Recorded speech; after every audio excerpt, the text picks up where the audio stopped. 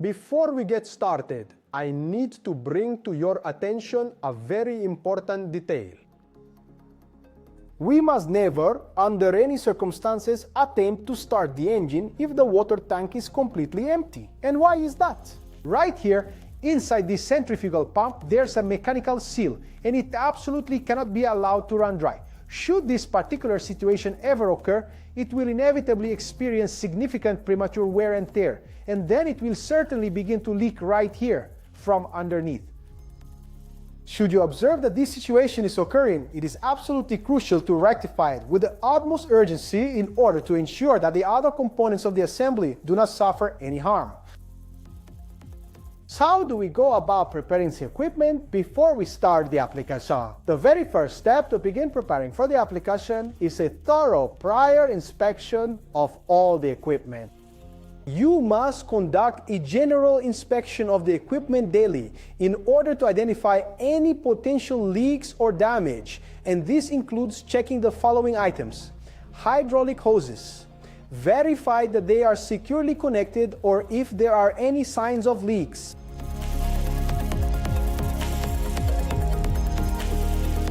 Fuel line. Check the supply and return connections from the main tank to the engine. Hydraulic oil level. Engine lubricating oil level.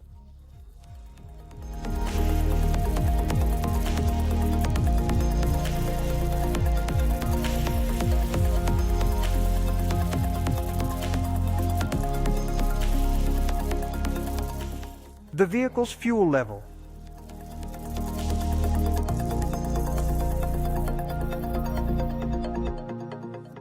If any abnormality is found, do not start the engine until all issues are resolved. All clear with the check. Now let's adjust the valves to fill the tank with water. We completely closed off the return valve that leads back to the storage tank while ensuring the discharge valve remained fully open. We then securely connected the main supply hose to the pump's primary outlet, and with the control valve fully open, we commenced the process of filling the tank. The way we are doing this right now, by introducing water through the pump's discharge outlet, the system undergoes a thorough backwashing process, which serves as a preventive measure, effectively helping to avoid any potential clogging or blockages. Fill the tank to the maximum level, covering the mixer blades. To gain productivity, once the tank is half full of water, we can already start mixing. Insert the key in the panel and turn it to the first stage. The choke lever is located right here on the engine. We then pull it to engage. Right down here, we'll open up the fuel supply and make sure that the throttle is slightly engaged. Then you can start the engine. And after it's been running for the first minute, we can then turn off the choke.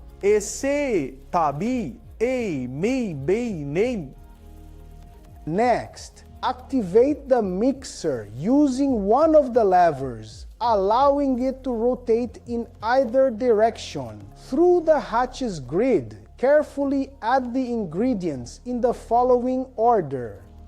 First of all, you should slowly pour the fixer solution in order to prevent it from forming clumps, because precisely the same reaction occurs when it comes into rapid contact with water.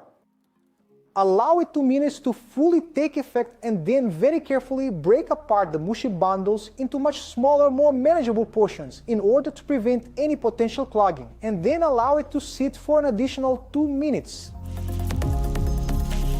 Then, add the seeds and the fertilizer.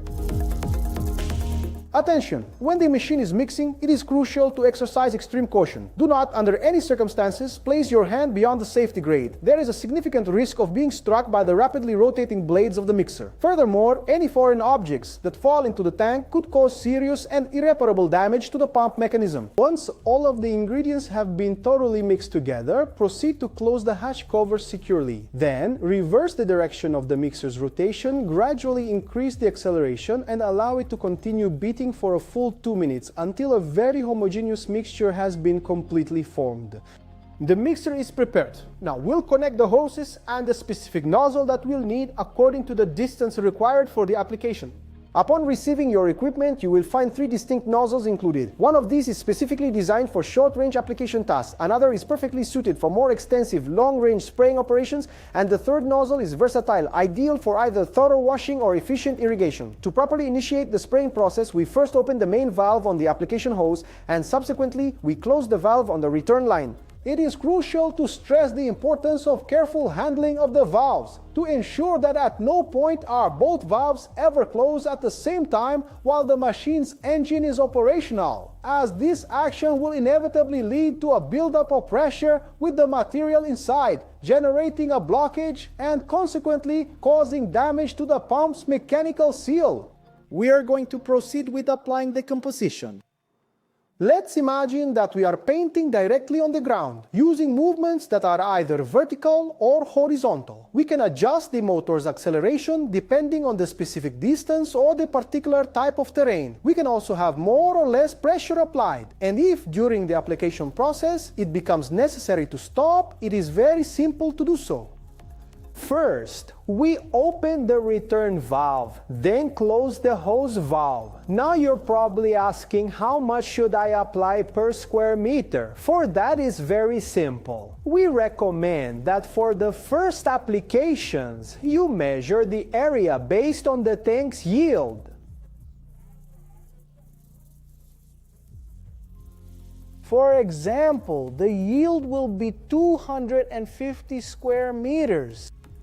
First, delimit the area and then apply the mixture. Always ensure that the coverage is uniform and understand that a full tank must be applied to this entire area to guarantee the success of the hydroseeding process.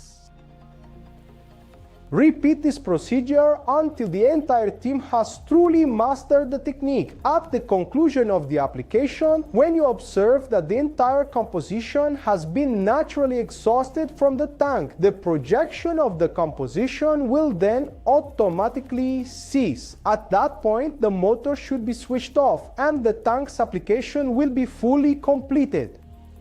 If there are still more areas to apply, please refill the water tank once more and then simply repeat all of the previous steps. Cleaning. At the end of the work, we must clean the equipment with clean water, making it pass through the tank, pump, and all the pipelines. We fill at least half a tank and repeat the process as if we were applying hydroseeding. Once again, remember what we said about the pump not being able to run dry? That is why it's important to turn off the engine before the tank runs completely empty. Next, with the engine turned off, we open the cover of the outlet pipe and then thoroughly rinse the tank with fresh, clean running water. When you are ready to store the equipment, it is highly recommended that you leave both the outlet pipe and the access hatch completely open to ensure that it dries properly.